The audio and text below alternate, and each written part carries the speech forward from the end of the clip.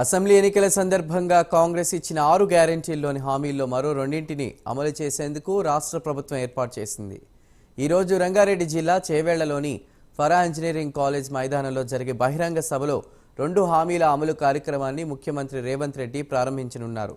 ఉప ముఖ్యమంత్రి బట్టి విక్రమార్క, మంత్రి ఉత్తమ్ కుమార్ రెడ్డి, ఇతర మంత్రులు, ఎమ్మెల్యేలు తదితరులు ఈ కార్యక్రమానికి హాజరు కానున్నారు. గృహజ్యోతి పథకం కింద రేషన్ కార్డు ఉన్నవారికి నెలకు 200 యూనిట్ల ఉచిత కరెంటు, మహాలక్ష్మి పథకం కింద 500 రూపాయలకే గ్యాస్ సిలిండర్ హామీలను ఈ సభలో సీఎం ప్రారంభించనున్నారు. ఈ కార్యక్రమానికి కాంగ్రెస్ అగ్రనేత ప్రియాంక గాంధీ హాజరవుతారని పార్టీ నేతలు ప్రకటించినా అనివార్య కారణాల వల్ల రాలేకపోతున్నట్లు తెలుస్తోంది. అయితే 2 గ్యారెంటీలను ప్రియాంక గాంధీ వర్చువల్గా ప్రారంభించి సభలో ప్రసంగించనున్నారు.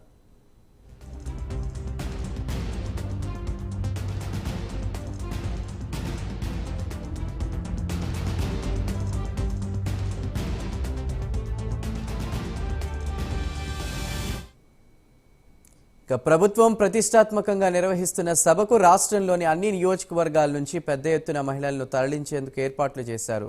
రంగారెడ్డి జిల్లా కలెక్టర్ శశాంక సభ ఏర్పాట్లను పర్యవేక్షిస్తున్నారు. వచ్చే నెలలో లోక్సభ ఎన్నికల కోడ్ అమల్లోకి వచ్చేలోగా పేదలకు ఇందిరమ్మ ఇళ్ల నిర్మాణ పథకాన్ని కూడా ప్రారంభించాలనే యోచనలో ప్రభుత్వం ఉన్నట్లు తెలుస్తోంది.